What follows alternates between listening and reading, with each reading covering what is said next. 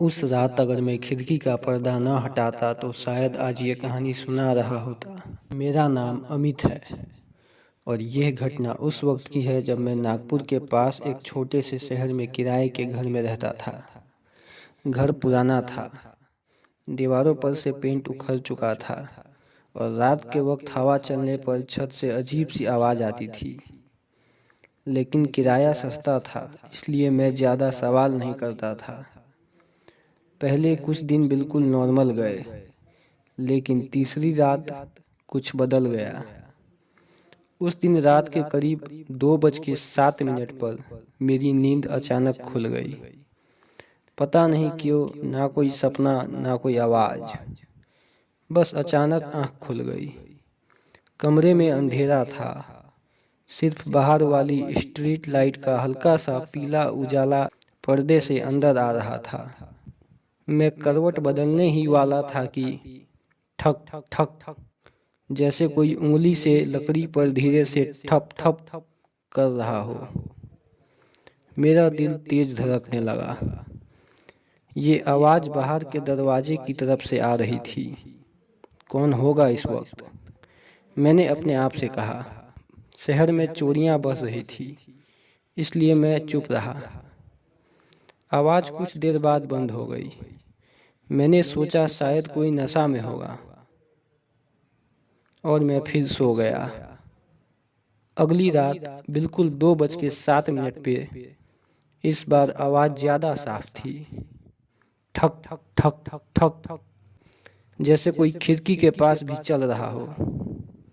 मैंने मोबाइल उठाया। नेटवर्क था, पर टाइम देखते ही मेरा गला सूख गया। 2:07, सेम टाइम। मैंने हिम्मत करके पर्दा थोड़ा सा हटाया और उस पल मुझे लगा मेरा दिल रुक जाएगा। घर के बाहर एक आदमी खड़ा था, सीधा मेरी खिड़की के नीचे, सफ़ेद कपड़े लेकिन बिल्कुल मैले। चेहरा शैडो में था, पर उसकी आंखें ऊपर देख रही थी, मेरी तरफ। मैं तुरंत पर्दा गिराकर पीछे हट गया। सांस लेना मुश्किल हो गया। मैंने देखा, क्या सच में? मैं खुद से पूछ रहा था। कुछ देर बाद जब मैं फिर से हिम्मत जुटाकर देखा, बाहर कोई नहीं था। अगली सुबह मैंने पड़ोसी से पूछा, भैया रात को कोई यहाँ घूमता रहता है क्या? उसने अजीब सी नज़र से मुझे देखा, फिर धीरे से बोला, तुमने भी देख लिया क्या? मैंने क्या? उसने आवाज़ और धीमी कर ली। इस घर के बाहर रात 2 बजे एक आदमी।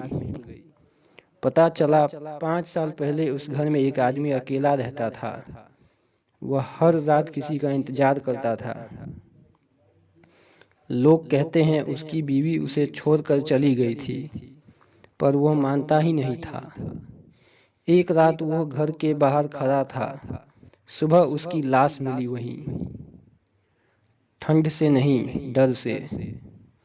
मैं हंसने की कोशिश करने लगा, भैया ऐसी बातें मत करो। उसने मेरी आंखों में देखकर कहा, हम भी पहले हंसी में उड़ा देते थे।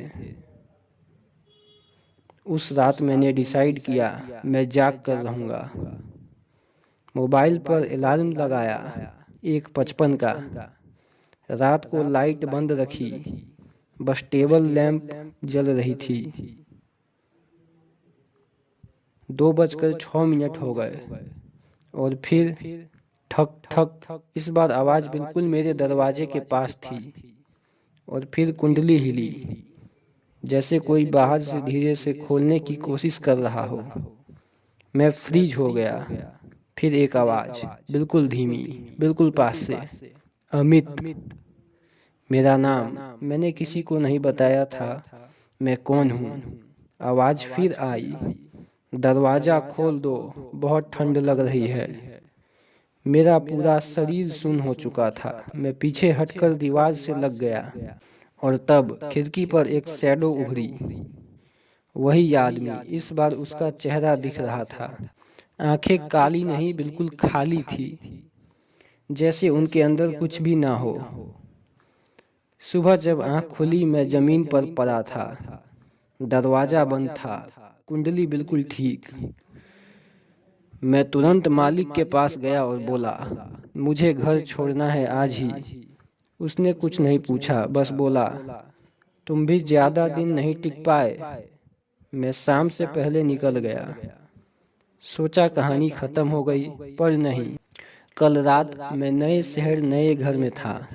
रात को मोबाइल देखा, 2:07 बज रहे थे और तब मैंने सुना, ठक ठक ठक। इस बार आवाज मेरे कमरे के अंदर से आ रही थी और कोई मेरे कान के पास धीरे से बोला, तुमने दरवाजा बंद किया लेकिन मुझे साथ ले आना भूल गए।